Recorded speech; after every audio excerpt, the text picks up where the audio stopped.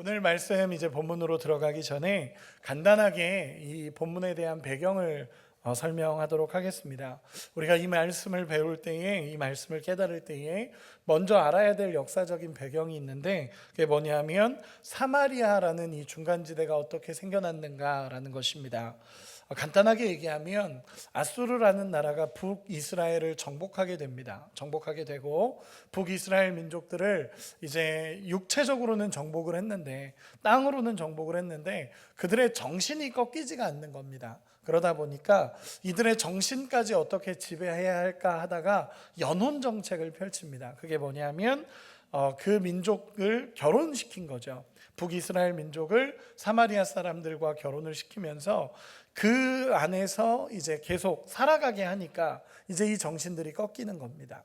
그리고 나서 그 민족이 혼합돼서 나온 이제 자녀들이 사마리아 민족들입니다. 그렇게 해서 사마리아 민족들은 이스라엘의 정체성을 가지고 있었지만 결국 이제 사마리아 사람들과 결혼하면서 만들어진 민족, 아수르 사람들과 결혼하면서 만들어진 민족이 이 사마리아 사람들입니다. 이 사마리아가 왜 중요하냐면 유대인의 정통성을 잃어버렸다라고 유대인들은 생각을 했습니다. 그러다 보니까 이 사마리아 사람들을 유대인 어떤 문헌에 의하면 개로 표현하기도 했습니다. 그들을 저주받은 자라고 표현을 했고, 자신들의 정체성을 버리고 이방인들과 결혼했다라는 것을 생각하면서 그들을 개로 여겼던 사람들이 유대인들입니다. 그래서 유대인들과 사마리아 사람들은 관계가 굉장히 좋지 않았습니다. 그리고 유대인들은 심지어 사마리아에 있는 곳에 가려고 하지도 않았고 그들을 개로 여겼었습니다. 그런데 참 재밌는 것은 오늘 본문의 시작이 어떻게 되냐면 예수님께서 사마리아를 향해 가겠다라고 결정하시는 장면으로 시작이 됩니다. 우리 3절 4절 같이 한 번만 읽어보겠습니다. 3절 4절입니다. 시작. 유대를 떠나사 다시 갈릴리로 가실새 사마리아를. 아멘. 예수님께서 지금 사마리아로 가겠다라고 얘기를 하십니다. 이상한 일입니다. 예수님 유대인으로 오셨고 유대인으로서 사마리아 땅에 가는 것이 사실은 올바르지 않다라고 그들은 생각을 했습니다. 원래 이 사마리아 땅으로 갈 때 이제 갈릴리로 다시 가는 그 길에 사마리아 땅이 있었는데 보통 유대인들은 그 길을 멀리 돌아서 갔습니다. 사마리아 땅으로 가지 않았습니다. 왜냐하면 그들은 그들을 개로 여기기도 했고 그들은 저주받은 민족이라고 생각을 했기 때문에 그들과 상종하려고 하지 않았습니다. 그런데 예수님께서 오늘 본문에 갈릴리로 가는데 나는 사마리아를 통과하겠다라고 예수님이 선언하십니다. 여러분, 왜 예수님께서 사마리아로 굳이 가시려고 하실까요? 예수님은 목적이 있습니다. 의지가 있으시고 분명한 목적을 가지고 가십니다. 그 목적은 간단합니다. 그곳에 살려야 할 영혼이 있기 때문에 그렇습니다. 여러분, 예수님께서 이 땅에 오신 목적이 뭐죠? 영혼 살리러 오셨습니다. 그리고 예수님께서 이 땅에 오셔서 하셨던 모든 사역도 영혼을 살리기 위한 사역이었습니다. 그래서 예수님께서 지금 사마리아로 가겠다라고 결단하시는 것은 그곳에 살아나야 할 영혼이 있다라는 것입니다.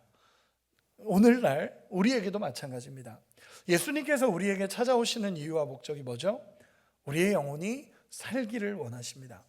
우리의 영혼이 살아나서 정말 믿음 안에서 기쁨과 감사로 정말 이 길을 믿음으로 걸어가기를 예수님은 원하십니다. 오늘도 예수님이 우리 안에 찾아오신다면 우리의 영혼이 살아나게 될 줄 믿습니다. 아멘. 예수님께서 이 사마리아 땅을 향해 가시기로 결정하십니다. 그리고 사마리아 땅에 가시게 됩니다. 우리 6절 7절 같이 한 번만 읽어보겠습니다. 6절 7절 오늘은 좀 읽을 말씀이 많습니다. 6절 7절 같이 읽겠습니다. 시작. 거기 또 야곱의 우물이 있더라. 예수께서 길을 가시다가 피곤하여 우물 곁에 그대로 앉으시니 때가 6시쯤 되었더라. 사마리아 여자 한 사람이 물을 기르러 왔음에 예수께서 물을 좀 달라 하시니. 아멘. 예수님께서 사마리아 땅으로 들어가십니다. 그리고 수가라는 동네에 가셔서 그 동네에 야곱이 팠다라고 말하는 우물이 있었습니다. 그 우물 곁에 예수님이 앉으십니다. 그 우물에 앉으셔서 피곤해서 몸을 기대고 우물 곁에 서 있는데 그때 한 여인이 그 우물을 향해 오게 됩니다. 오늘 본문에서 나온 것처럼 제6시 정도 되었다라고 하는데 이 유대인의 시간을 6시간을 더하면 우리가 생각하는 시간입니다. 그러니까 즉 12시 정도, 정오 정도 되는 시간입니다. 이 시간에 이 여인이 물을 뜨러 왔다라는 것을 성경은 기록합니다. 그런데 여러분 재밌는 건요, 이 시간에는 누구도 움직이지 않는 시간입니다. 그 중동 땅에 정말 그 뜨거운 태양빛에 이 정오라는 이 시간은 모두가 밖에 나가지 않는 시간이고 움직이지 않는 시간입니다.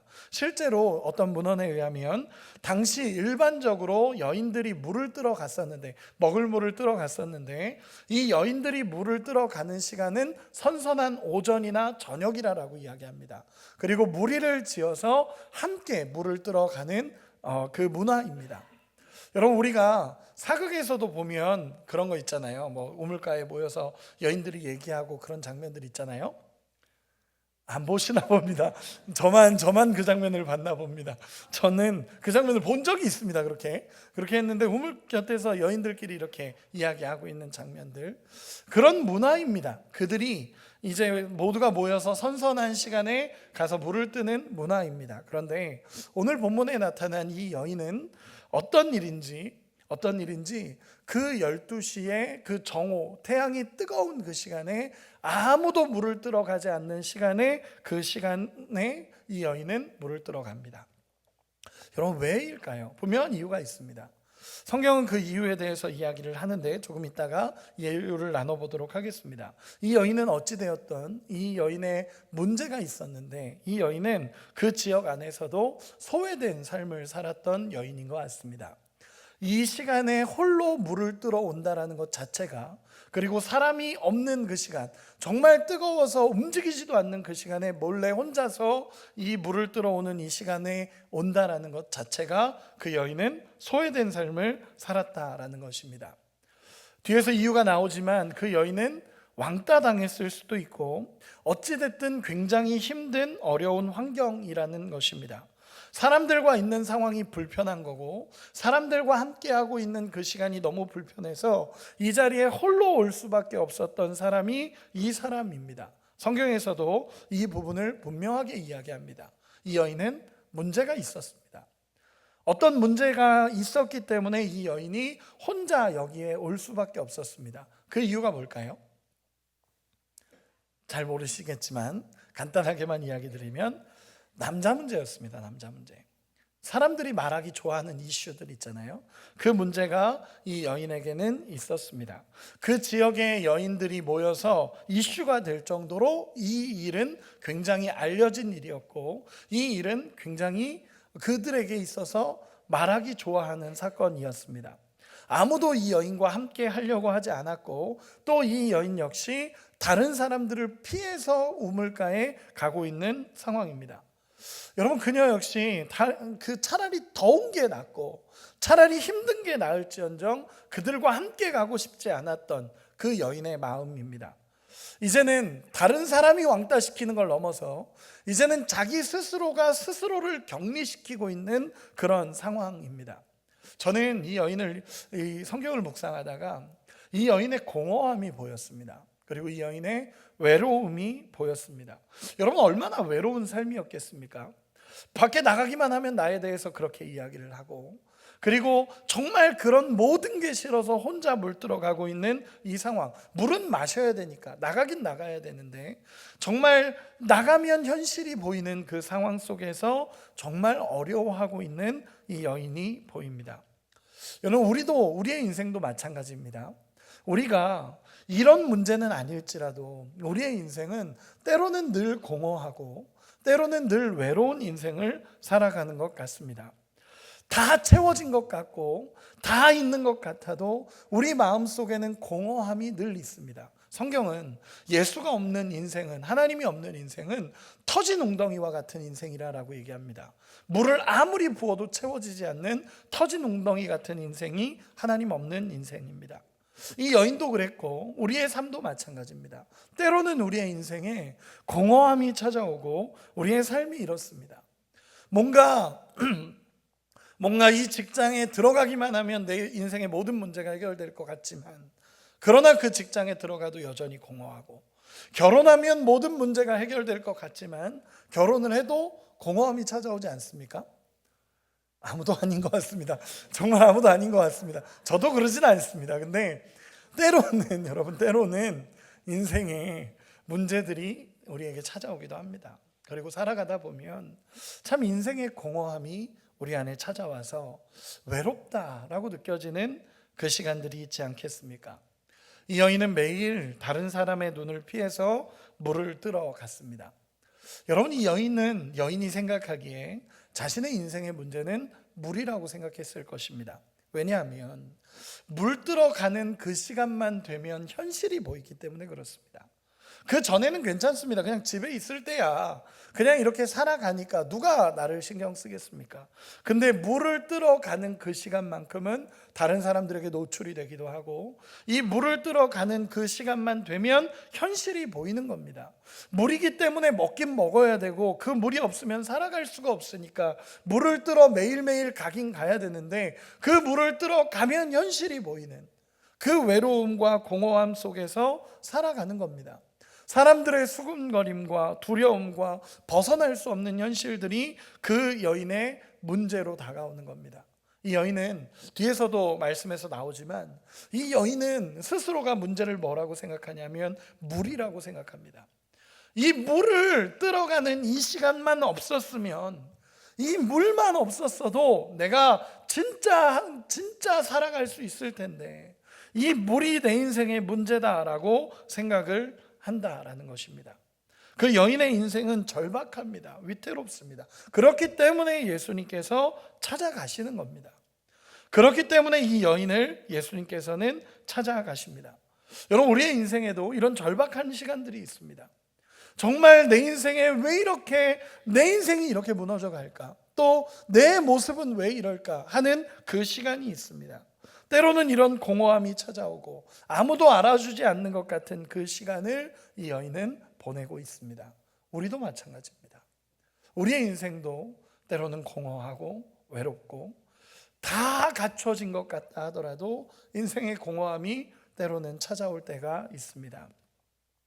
물깃는 자신의 모습을 원망하기도 했을 거고, 왜 이런 현실이, 왜 내가 물을 마셔야만 하고 물 마시는 것조차 힘들어 했던 그 현실이 이 여인에게 벌어집니다. 그리고 이 여인은 이 우물가에 또다시 오늘도 물을 뜨러 옵니다. 그 공허한 현실과 마주하는 것입니다. 그런데 재밌는 것은 그곳에 예수님이 계셨습니다. 그곳에 예수님이 계셨고요, 자기가 물을 뜨러 간 그 현장에 예수님이 계셨습니다. 우리 한번 읽어봅시다. 7절에서 9절까지 말씀 같이 한 번만 읽어보겠습니다. 시작. 사마리아 여자 한 사람이 물을 기르러 왔음에 예수께서 물을 좀 달라 하시니, 이는 제자들이 먹을 것을 사러 그 동네에 들어갔음이러라.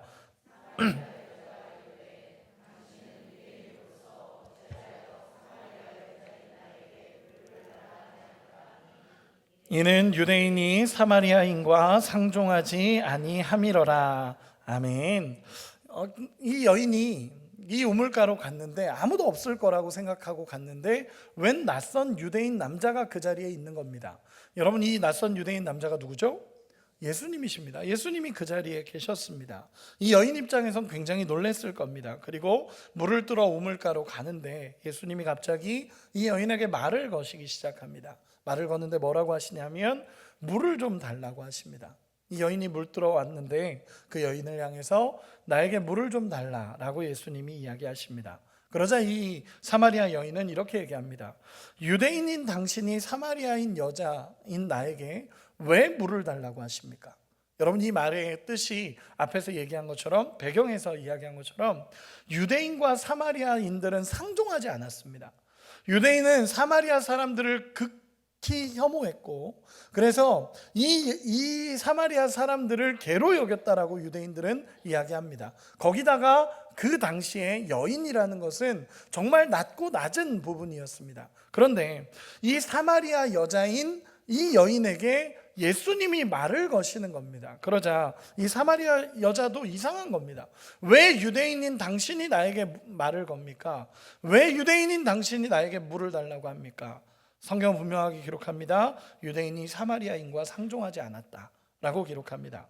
그때 예수님께서 굉장히 생뚱맞은 이야기를 하십니다. 요한복음의 예수님은 가끔 굉장히 생뚱맞게 이야기하실 때가 있습니다. 우리 10절 같이 한 번만 읽어보겠습니다. 10절입니다. 시작. 예수께서 대답하여 이르시되 네가 만일 하나님의 선물과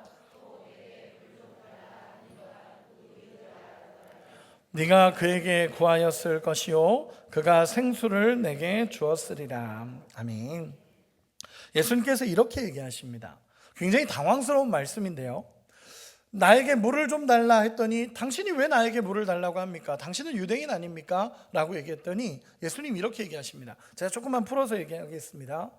내가 누군 줄 알았다면 너가 오히려 나에게 물을 달라고 했을 거다 라고 얘기하십니다. 내가 누군 줄 알았으면 오히려 당신이 나에게 물을 달라고 했을 거다 라고 얘기하는 겁니다. 이상하죠? 예수님께서 이 여인에게 목말라서 물을 달라고 한 것처럼 이렇게 달라고 했는데 이 여인이 안 준다라는 것처럼 이렇게 얘기를 하니까 예수님이 갑자기 다른 얘기를 하신 건데 내가 누군 줄 알았다면 오히려 너가 나에게 물을 달라고 했을 거다라고 얘기하는 것입니다. 여러분 이 말씀을 잘 생각해 보셔야 됩니다. 이게 뭐냐면 여인에게 있어서의 문제는 늘 물이었습니다. 여인은 항상 물을 가지고 고민하고 물을 가지고 어려워하고 물이 문제라고 생각했던 사람이 이 여인이었습니다. 그래서 물의 문제가 늘 있었는데 예수님께서 물을 가지고 접근하셔서 물을 달라고 하셨다가 그 뒤에 말씀은 물이 아닙니다. 뭐냐 하면 내가 누구인지를 알았더라면으로 바꾸십니다. 즉 이 여인에게 있어서의 문제는 물인데 예수님이 보는 시각은 물이 아니라 내가 누군 줄을 알았더라면 너가 오히려 나에게 물을 달라고 했을 거다라고 이야기합니다. 다시 이야기해 보겠습니다. 물의 문제가 아니라 예수를 아느냐 모르느냐의 문제라는 것입니다. 물의 문제가 아니라 예수가 누구신 줄을 알면 해결되는 문제라는 것을 예수님께서 지금 말씀하시는 것입니다. 이 여인은 끝까지 물이 문제인 것처럼 보여졌지만 실은 예수님이 얘기하시는 건 물이 아니라 네가 나를 아느냐 모르느냐의 문제라고 예수님 지금 이야기하시는 것입니다. 여러분 사실 오늘 말씀으로 여러분과 이야기하고 싶은 것은요, 우리 인생의 문제가 물이 아니라는 것입니다. 우리의 눈에 보이는 것은 물이 문제인 것 같고 물이 없어서 문제고 목마른 게 문제지만 예수님이 보시는 진짜 문제는 물이 아니라 예수를 아느냐 모르느냐의 문제라는 것을 예수님이 이야기하시는 것입니다. 그러면서 만약에 내가 누군 줄을 알았다면 오히려 너가 나에게 물을 달라고 구했을 거다라고 예수님이 얘기하십니다. 이 얘기를 듣고 이 여인이 어떻게 반응하냐면 11절 12절입니다. 우리 같이 한번 다시 읽겠습니다. 시작. 여자가 이르되 주여 물기를 그릇도 없고 이 우물은 깊은데 어디서 당신이 그 생수를 얻겠사옵나이까? 우리 조상 야곱이 이 우물을 우리에게 주셨고 또 여기서 자기와 자기 아들들과 짐승이 다 마셨는데 당신이 야곱보다 더 크니까. 아멘. 이 여인이 이렇게 얘기합니다. 당신 물기를 그릇도 없지 않습니까? 그리고 우물도 깊습니다. 당신이 무슨 수로 물을 얻겠습니까? 여기가 야곱의 우물인데 당신이 물을 준다라고 하면 당신이 야곱보다 큰 사람입니까? 이렇게 이야기합니다. 여러분 잘 보시기 바랍니다. 여기서 이 여인의 시선이 조금씩 바뀝니다. 이 시선이 바뀝니다. 이 여인의 문제는 늘 물이었습니다. 그런데 예수님이 끌어당긴 문제가 뭐냐면 내가 누군 줄 알았으면 너의 인생이 달라졌을 거다라고 예수님이 얘기하셨고 이 말을 받아서 이 여인의 시선도 포커스도 옮겨집니다. 뭐로 옮겨지냐면 당신이 누구기에 당신 물기를 그릇도 없지 않습니까? 이 우물도 깊은데 당신이 누구기에 물을 줄 수 있습니까? 로 본질적으로 바뀌기 시작하는 겁니다. 이 여인의 입장에서의 포커스도 당신이 누구냐로 바뀝니다. 지금 물을 기르러 왔고 물이 인생의 문제라고 생각해서 왔는데, 예수님과 여인의 대화 속에서 예수님이 끌어당기는 건 뭐냐면 물의 문제가 아니라 예수를 아느냐 모르느냐, 예수가 누구이냐가 이 인생의 해답이라는 것을 예수님께서 계속적으로 말씀하시는 것입니다. 그러면서 13, 14절 예수님께서 중요한 이야기를 하십니다. 우리 같이 한번 읽어보도록 하겠습니다. 시작. 예수께서 대답하여 이르시되 이 물을 마시는 자마다 다시 목마르려니와 내가 주는 물을 마시는 자는 영원히 목마르지 아니하리니 내가 주는 물은 그 속에서 영생하도록 솟아나는 샘물이 되리라. 아멘. 예수님께서 이렇게 말씀하십니다. 이 여인의 시선이 옮겨집니다. 당신이 누구기에로 시선이 옮겨집니다. 그때 예수님이 이렇게 얘기하십니다. 야곱의 우물물을 마시는 자는 다시 목마르게 될 거다. 너가 원하는 그 물, 너가 날마다 긴 물을 깃고 가야 되는, 마셔야 되는 그 물은 오늘 마시면 내일 목마르고 내일 마시면 모레 목마르는 게 당연한 거고, 그 문제는, 물의 문제는 오늘 있어도 내일도 해결되지 않는 물의 문제다. 그런데 지금 이 시간에 너가 내게 구하는 그 물은 그 속에서 솟아나는 영원한 생명수가 될 거다 라고 예수님이 얘기하시는 것입니다. 여러분, 문제의 본질을 바꿔버리시는 겁니다. 조금 어려운 얘기지만 이 여인의 문제는 늘 물이었습니다. 물만 있으면 될 것 같고, 물을 마시러 가는 그 시간이 힘들고, 물을 마시러 가는 그 상황이 힘들고, 사람들이 보는 이 시간이 두렵습니다. 그런데 예수님은 그게 문제가 아니라고 하시면서 지금 얘기하시는 거는 이 물보다 더 위대한 물이 있다는 걸 얘기하십니다. 그리고 그 속에서 날마다 솟아나는 생명수가 있다는 것을 예수님께서는 말씀하십니다. 이걸 원어적으로 보면 이렇습니다. 영원한 생명을 위해 솟아나는 물샘이라는 표현입니다. 영원한 생명을 위해 솟아나는 물샘이라는 것입니다. 예수님께서 이 얘기를 하시는 겁니다. 인생의 문제가 물의 문제가 아니라 예수를 아느냐 모르느냐의 문제고, 너희 안에 예수님이 임하시고 거하시고 예수님이 주시는 물을 마시면 그 속에서부터 날마다 솟아나는 영원한 생명수가 된다는 것입니다. 다시 표현해 볼까요? 내 안에 늘 문제라고 생각했던 그 문제들이 아무것도 아니라 예수님이 내 안에 들어오시기 시작하고 예수님이 내 안에 거하시면 그분으로부터 오는 생명이 있다는 것입니다.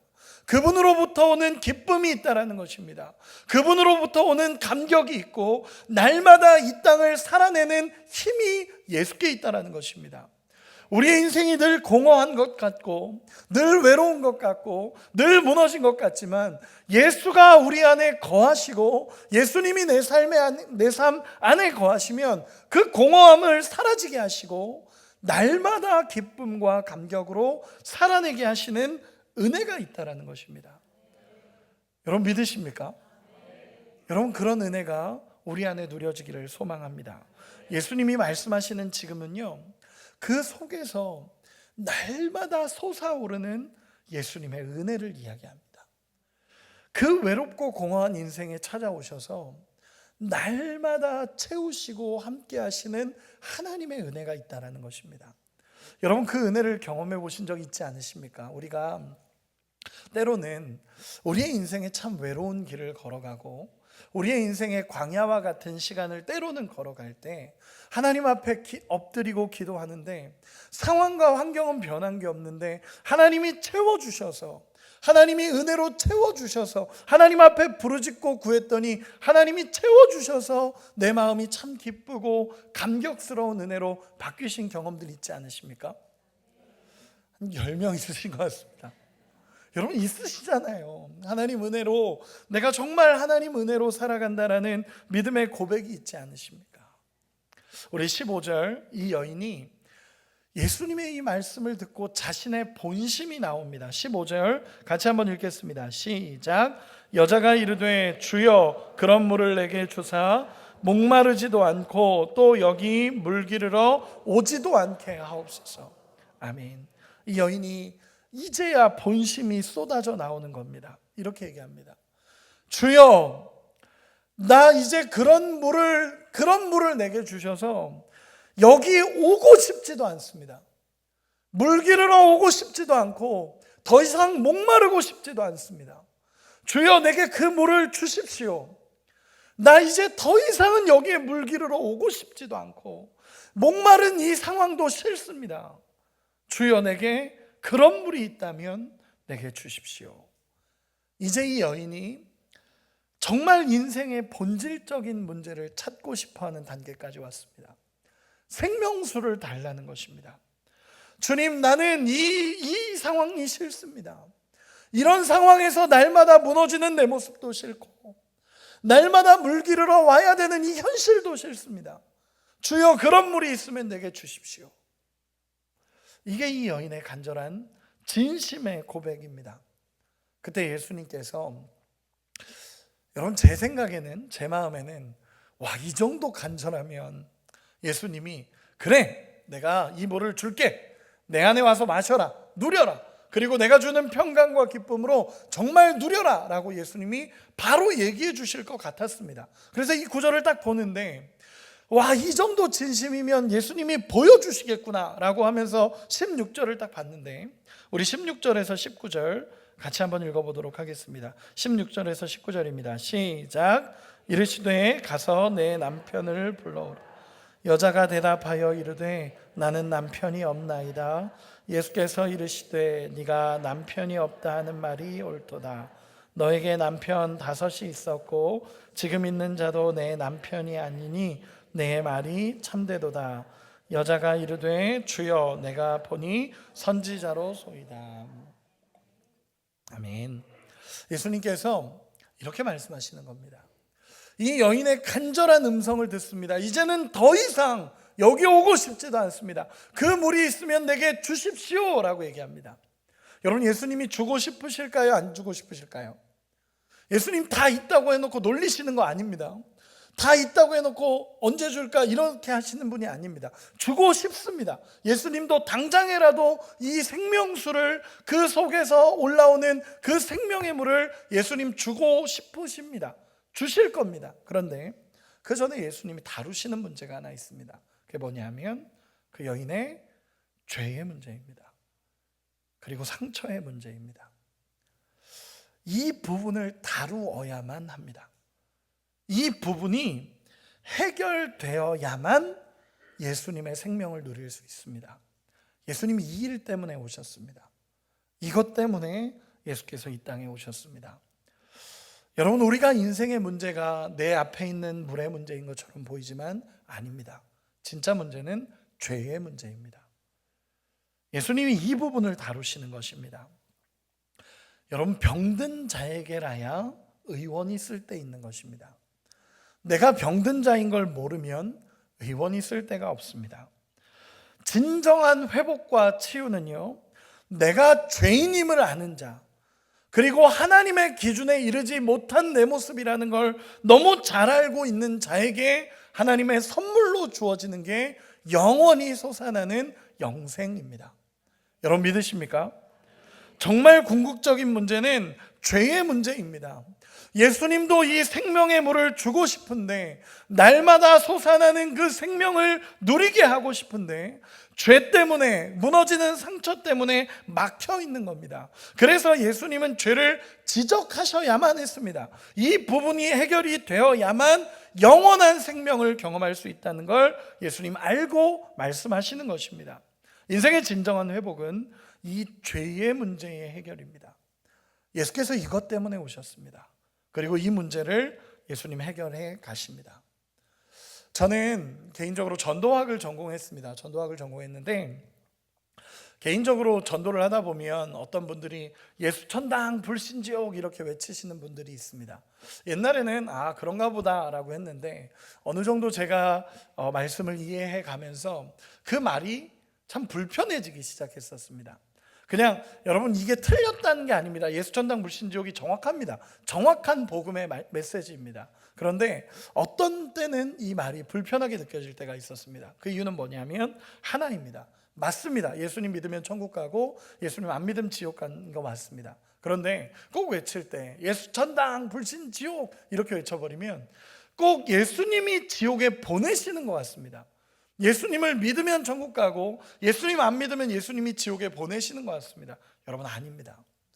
예수님은요 거기서 건져내려고 날마다 찾아오시는 분이 예수님이십니다. 내가 예수님을 거절하고 사단 쫓아 지옥까지 가는 거지, 예수님은 매일매일 찾아오셔서 다시 살아나야 된다라고 말씀하시는 분이 예수님이십니다. 예수님의 간절한 외침입니다. 예수님의 외침, 살아나야 된다, 다시 살아나야 된다, 그 생명을 누려야 된다라고 외치시는 예수님의 메시지가 들려야 합니다. 이 여인에게도 예수님이 이야기하시는 겁니다. 생명을 누리게 해주고 싶고 이 여인이 정말 생명을 누렸으면 좋겠습니다. 그런데 이 죄가 가로막고 있는 거고 이 상처가 가로막고 있는 겁니다. 그래서 예수님이 네 남편을 데려와라 라고 말씀하십니다. 이 여인이 이렇게 얘기합니다. 나는 남편이 없습니다. 그러자 예수님이 이렇게 얘기합니다. 아픈 시간입니다. 죄가 찔리는 아픈 시간입니다. 그런데 예수님이 이렇게 얘기하십니다. 맞다, 네가 남편이 없다고 하는 말이 맞다. 너에게 남편 5명이 있었고 지금 있는 자도 네 남편이 아니니 네 말이 옳다. 여러분 이 문제를 예수님은 정확하게 지적을 하십니다. 여러분 더 정확하게 이 배경이 다 설명이 되어 있지 않으니까 우리는 예상할 수밖에 없습니다. 이 여인이 이런 문제 때문에 분명히 소외된 여인이었을 것입니다. 그리고 이 문제는 그 당시 상황에서 참 많은 이슈를 가져왔을 겁니다. 그런데 저는 또 하나가 보입니다. 그게 뭐냐면 이 여인의 공허함입니다. 어딘가에서 뭔가를 찾고 정말 잘 살고 싶은 그 찾고 찾았다가 결국 다 이렇게 돼버린 그 여인의 공허함이 보입니다. 그리고 예수님은 이 문제를 지적하시면서 이 문제에서 나와야 함을 말씀하십니다. 그러자 19절에 보면 이 여인이 이제는 깨닫습니다. 제가 읽어드리겠습니다. 여자가 이르되 주여 내가 보니 선지자로소이다. 이제야 이 여인의 눈에 예수가 누구인지가 보이기 시작합니다. 이 죄의 문제가 지적되자마자 이제야 이 여인의 눈에 이분이 누구인가 라는 게 보이기 시작하고 이분이 선지자구나 라는 것이 깨달아지기 시작합니다. 그리고 나서 20절부터 24절까지는 이 여인이 가지고 있었던 예배에 대한 질문입니다. 이 부분은 나중에 다루고 이 부분에 대해서 간략하게 요약을 하면 이렇습니다. 나도 예배하고 싶은데 어떻게 예배해야 될지 모르겠습니다. 나도 하나님을 찾고 싶은데 어떻게 찾아야 될지 모르겠습니다. 그때 예수님이 이렇게 얘기합니다. 내가 영과 진리로 예배할 때가 온다. 그리고 그 예배는 장소에 구애받는 게 아니라 진짜 하나님을 예배하고 하나님을 찾고 구하는 자들의 예배를 통해 이루어져 간다라는 것을 예수님이 얘기하십니다. 그러자 이 여인이 깨달아지는 겁니다. 그리고 나서 25절, 26절 이 이야기의 결론 부분입니다. 25절, 26절 우리 같이 한 번만 읽겠습니다. 시작. 여자가 이르되 메시아 곧 그리스도라 하는 이가 오실 줄을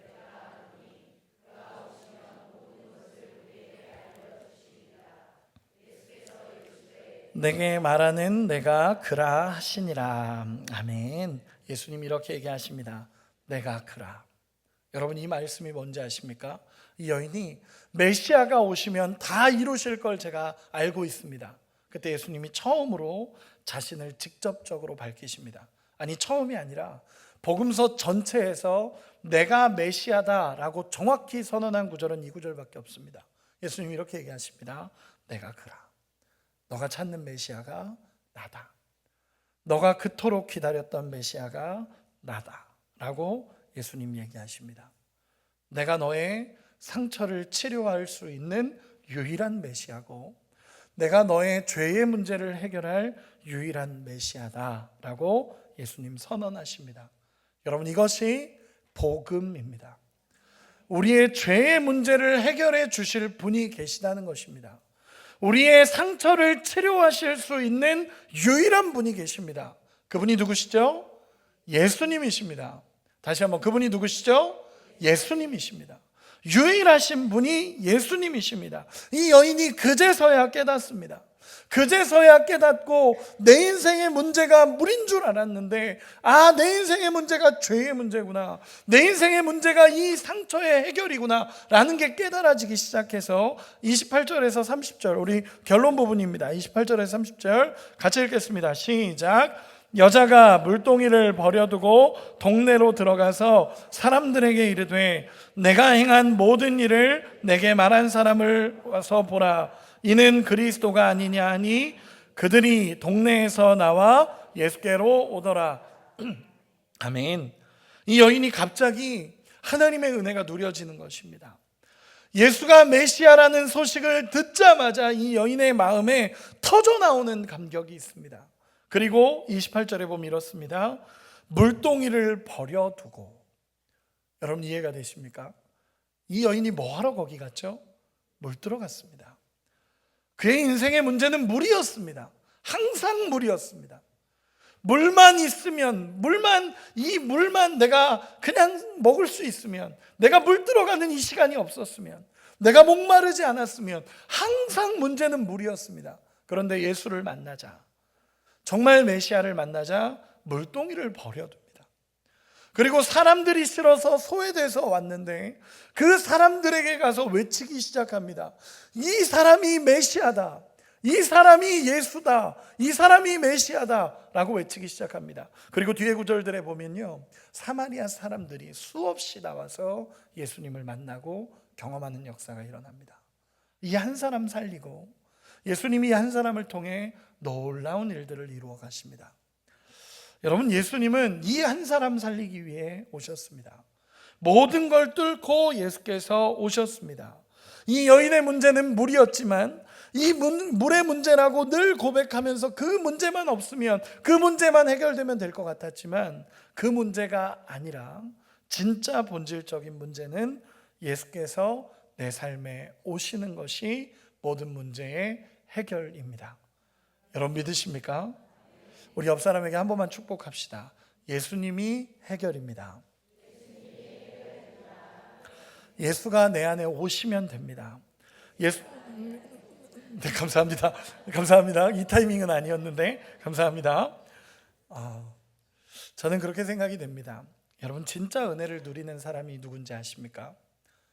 내가 얼마나 죄인인지 알고 내가 얼마나 은혜가 필요한 사람인지를 아는 사람이 예수님의 은혜를 누립니다. 내가 죄인인지 알아야 예수님의 은혜밖에 없음을 고백하게 됩니다. 예수님이 내게 어떤 사랑을 베풀어 주셨는지를 기억하고 바라보는 은혜가 있기를 소망합니다. 예전에 제자훈련을 했던 적이 있습니다. 한 팀을 제자훈련을 했었는데 저에게 찾아와서 이제 서울신학대학교 학생들이었는데 어떤 한 친구들이, 한 무리가 저에게 찾아와서 제자훈련을 해달라고 했었습니다. 그때 저도 학생이었고 공부해야 될 게 바빠서 거절했습니다. 제가 훈련하는 친구들은 아니었으니까요, 거절했습니다. 나는 제자훈련 안 한다, 지금 나도 공부해야 될 게 많다. 그리고는 거절했습니다. 근데 1년 뒤에 그 친구들이 다시 찾아왔습니다. 1년 뒤에 다시 찾아와서 목사님, 저희를 훈련시켜 주시면 안 되겠습니까? 저희도 정말 훈련되고 싶습니다. 신학생 친구들이었습니다. 그래서 그 친구들을 데리고 훈련을 시작했었습니다. 근데 훈련을 시작했는데 하나님은 그곳에서 놀라운 일들을 벌이셨습니다. 엄청난 일들이 벌어졌었습니다. 어느 날 말씀을 전하고 있는데 한 여자 청년이 계속 울고 있는 겁니다. 여자 청년이 계속 울고 있길래 쟤는 왜 이렇게 말씀 전하는데 우나 라는 생각을 하다가 그 뭔가 사연이 있겠지. 그러고는 그냥 계속 울고 말씀을 전하는데 울고 있길래 그렇게 막 그 죄의 문제를 다룰 때였습니다. 근데 막 울고 있길래 사연이 있겠지. 그리고 기도가 끝났는데도 그냥 펑펑 울고 있는 겁니다. 그래서 그 친구를 불러다가 뭐가 문제냐, 무슨 일이 있냐 라고 얘기했더니 그 친구가 그런 이야기를 했습니다. 목사님, 제가 사실은 제 인생에 정말 큰 문제가 있습니다. 그래서 그게 뭔데? 라고 물어봤더니 목사님 저는 쇼핑 중독입니다 라고 얘기를 하더라고요. 그래서 그게 뭐가 문제일까? 처음에는 이게 왜 그렇게 큰 문제일까? 라는 생각으로 어느 정도길래 쇼핑 중독이야? 라고 얘기했더니 그 친구가 굉장히 예쁜 친구였거든요. 굉장히 예쁘고 모델, 신학생이면서 거의 모델 같은 친구였습니다. 여자 청년이었는데 그 청년이 자기가 예를 들어서 돈이 뭐 200만 원이 생긴다. 그러면 180만 원을 옷을 사는 데 썼습니다. 그러니까 그 친구에게 물어봤더니 자기는 한 번 입고 그 옷은 다시 안 입는다 그러더라고요. 그 정도로 자기에게 이런 중독적인 게 있었다는 거죠. 근데 그게 잘못됐다라는 걸 몰랐다고 합니다. 그런데 오늘 말씀을 듣는데 갑자기 하나님이 그 마음에 이건 죄다라고 얘기하셨다고 합니다.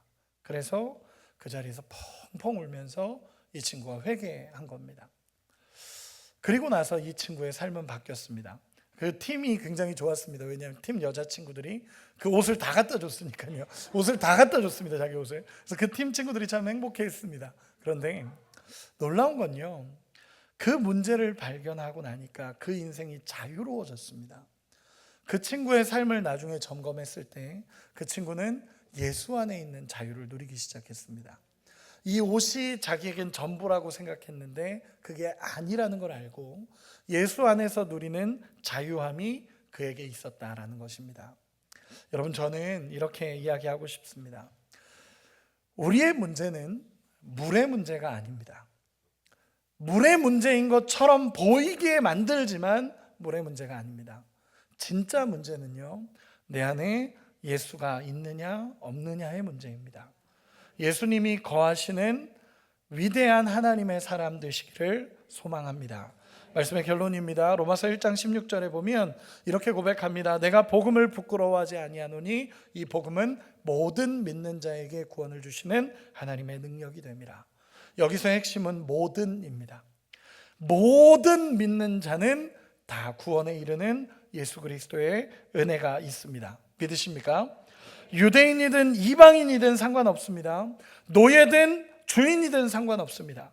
병든 자이든 건강한 자이든 상관없고 어른이든 아이든 상관없습니다. 남자든 여자든 상관없고 세리든 창녀든 가난한 자든 건강한 자든 병든 자든 누구도 상관없이 예수께 나오는 자에게 주시는 하나님의 은혜가 있습니다. 그것이 복음입니다.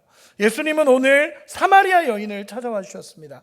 혈통도 뚫으셨고요, 민족적 개념도 뚫으셨고요, 성별도 뚫으셨고 다 뛰어넘으셔서 그 여인 한 명 찾아와 주셨습니다. 오늘 예수님이 모든 걸 뚫고 우리에게 찾아와 주십니다. 그때 예수님 앞에 내 아픔을 고백하시기를 원합니다. 그리고 예수님 앞에 쏟아내시고 그분의 치유하심과 그분의 회복과 그분의 은혜를 경험하기 원합니다. 목마른 인생에 다시 생명을 얻는 역사가 일어나기를 예수님의 이름으로 축원합니다.